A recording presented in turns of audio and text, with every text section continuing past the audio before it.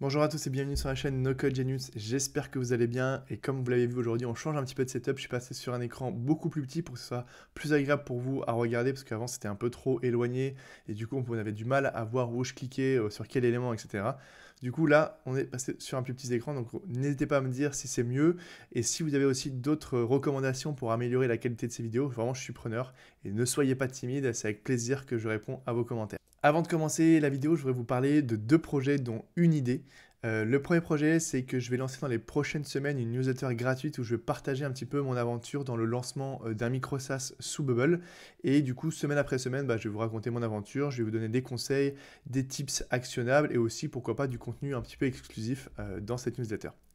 Et le deuxième projet, ça va être en fait, pourquoi pas, à vous de me dire si ça vous intéresse, de créer, enfin que je crée plutôt, un espèce de réseau social entre Facebook, Slack, etc., où on va avoir en fait la possibilité de partager du contenu, de commenter, de liker, de discuter entre nous, et tout ça organisé dans différentes channels, un peu à la Slack, et du coup avoir un peu un feed et un messenger comme Facebook.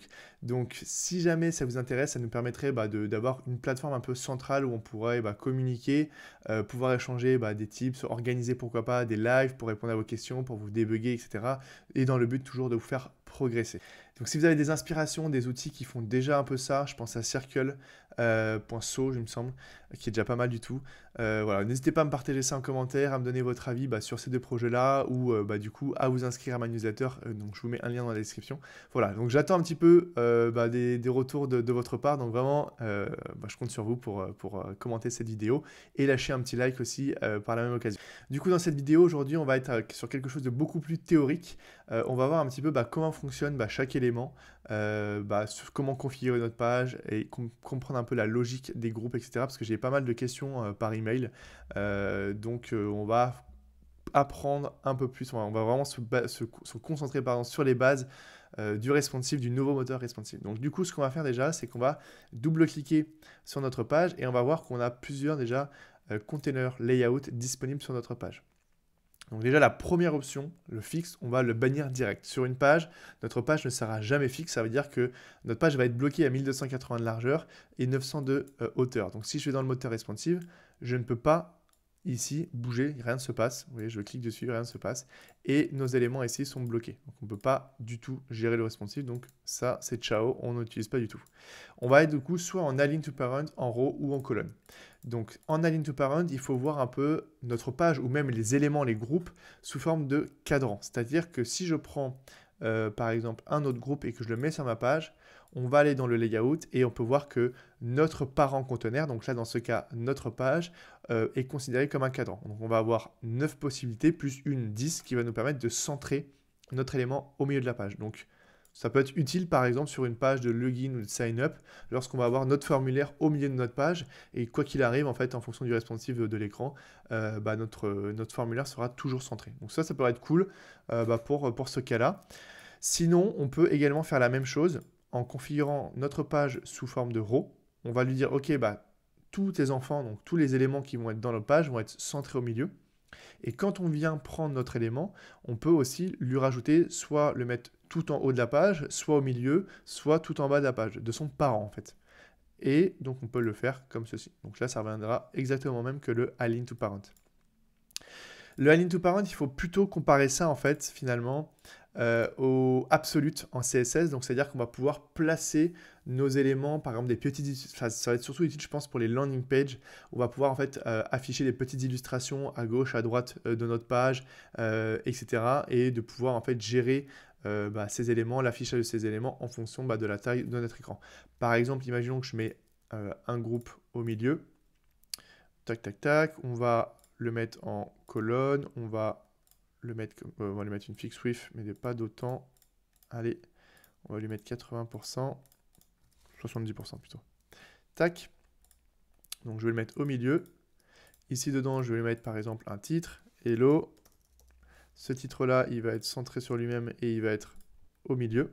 Et imaginons après, à gauche, je vais mettre par exemple une petite illustration. Donc je vais pouvoir la mettre comme ça. Et de l'autre côté, je vais pouvoir mettre ça à droite.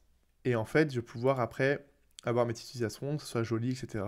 Et quand je vais gérer le responsive, là, c'est joli, c'est joli. Et à partir d'un certain écran, ou imaginons que le texte est un peu plus gros, on ne voit plus, bah, je vais pouvoir les faire disparaître avec des conditions qu'on verra juste après. Donc voilà, ça c'est plus... Moi, j'utiliserais le align to parent plus pour de la décoration ou placer des éléments un peu hasardement, genre un peu avec une position un peu bizarre et non gérable depuis un row et une colonne. Mais sinon, la plupart du temps, on va utiliser du coup sur notre page soit une colonne, soit un row.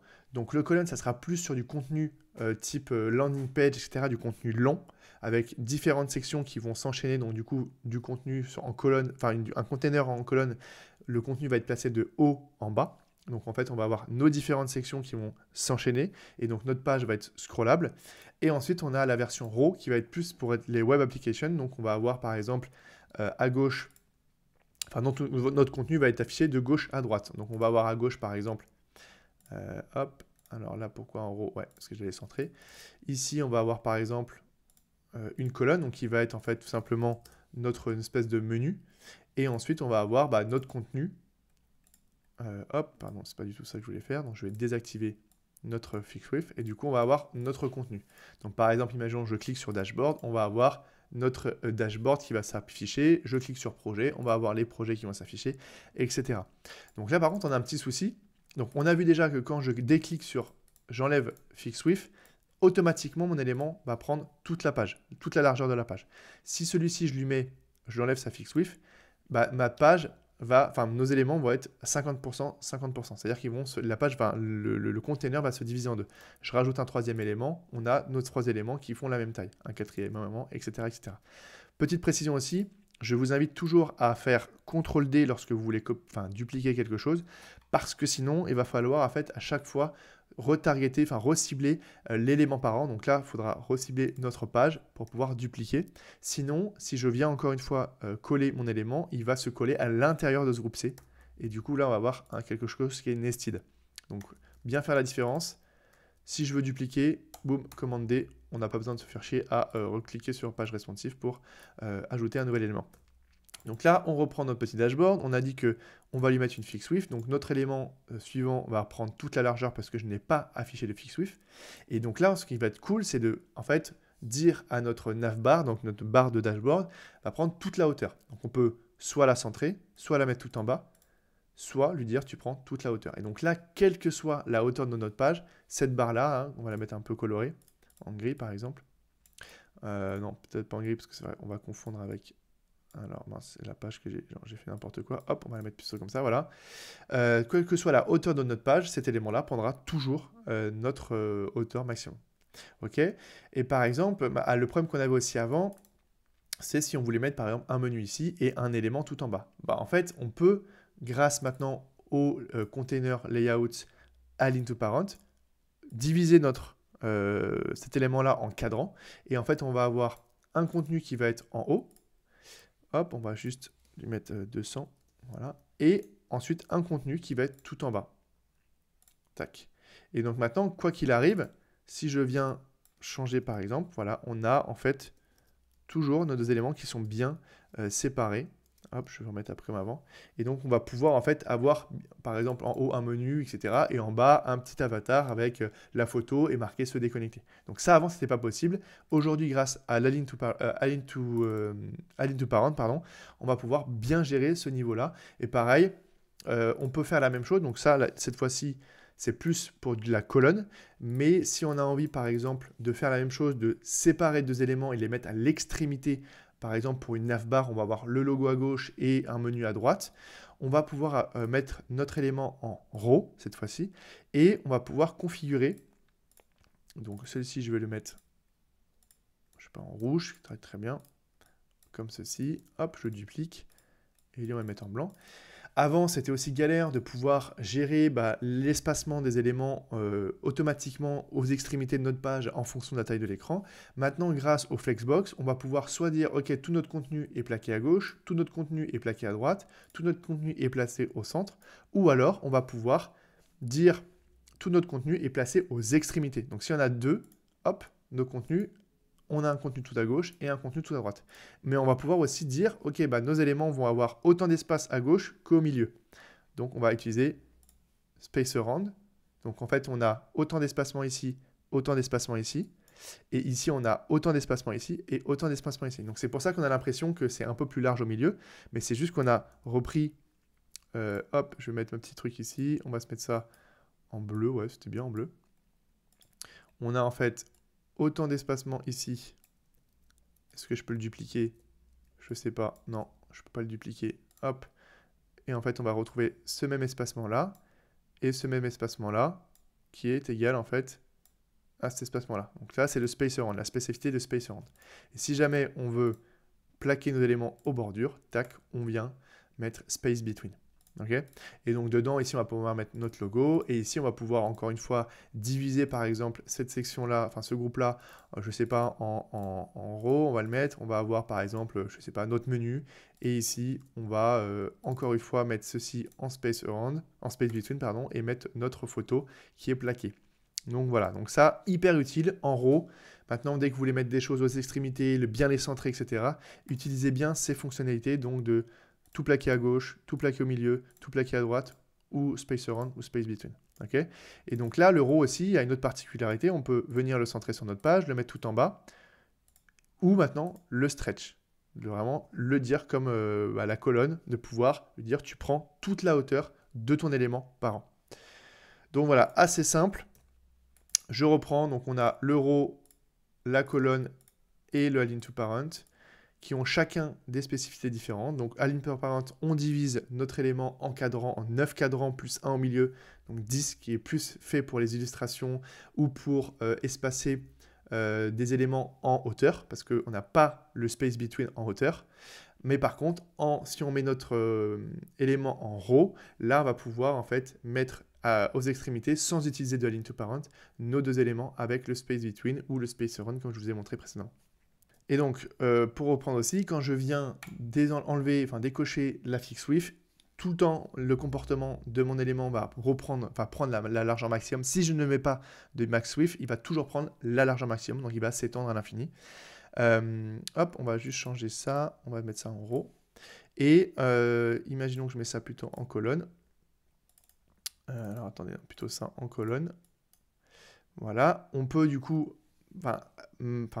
nativement en fait, le groupe va se stretch, mais moi je vous recommande de toujours, si c'est ce que vous voulez faire, vraiment qu'ils prennent toute la place, de toujours mettre ce petit élément, de cocher en fait le stretch de l'élément et qu'il n'y ait pas de problème. Je vous recommande de toujours mettre vos groupes à 0, minimum width, et en fait c'est au moment du responsive que vous allez rajouter les minimum width, comme ça vous n'êtes pas bloqué en mode ah attends parce que j'ai mis plein d'éléments, plein de groupes dans des groupes, etc. parce que moi je veux faire quelque chose d'assez complexe, sauf que vous avez oublié un moment, parce qu'ils sont configurés sur 400, d'enlever ce 400 là, 400 sur tous les groupes, enfin vous allez passer à chaque fois que vous rajoutez un groupe de mettre du 0, et au moment uniquement de faire du responsive, là vous allez ajouter vos minimum width et maximum width, ça sera beaucoup plus simple dans ce sens-là. Une fois aussi, par exemple, vous allez ajouter un élément, texte par exemple, ou autre, de configurer pareil, soit la minimum width de mettre plus petit, une minimum width inférieure à la taille de l'élément, donc soit mettre sur 0, soit de mettre, ok, bah là j'ai 14 de pixels de hauteur là pour mon élément, donc je vais lui mettre 14. Okay. Parce que pourquoi ? Parce que sinon, vous allez, par exemple, si je mets le current user prénom, hop, et le current user nom, ici, en fait, tac, tac, tac, et que je mets pas, par exemple, ici, je mets genre, je sais pas, 20, et que je lui mets un background style de flat color en rouge, alors attendez, c'est peut-être pas assez, on va lui mettre 50, et ben en fait, on va avoir du coup un espacement qu'on n'aura pas pensé. Bon, là, là, on le voit parce que c'est en rouge. Mais si derrière, je veux mettre un espacement et que mon background est blanc, je comprends pas pourquoi il y a un espacement, c'est bizarre. Oui, parce qu'en fait, ta minimum width est de 50. Donc, bien mettre un truc inférieur et après pouvoir gérer facilement avec les margins, etc. Ensuite, la quatrième point qui est super important et qu'il faut bien comprendre dans le responsive, c'est les conditionnels. C'est-à-dire que si jamais vous avez besoin de gérer les margins, etc. sur différents breakpoints, vous pouvez. Les breakpoints, c'est ça, c'est la taille des écrans à chaque fois. Vous lui dites juste current page width est inférieur ou égal, toujours mettre inférieur ou égal, par exemple à 992, hop, et bah ma top margin va être de 50, tac. Ma right margin va être de 30, etc. Donc là, vous pouvez bien mettre à chaque fois, OK, sur chaque breakpoint, ce que vous voulez faire. Si vous voulez mettre quelque chose, par exemple, entre 992 et 768, comment on fait?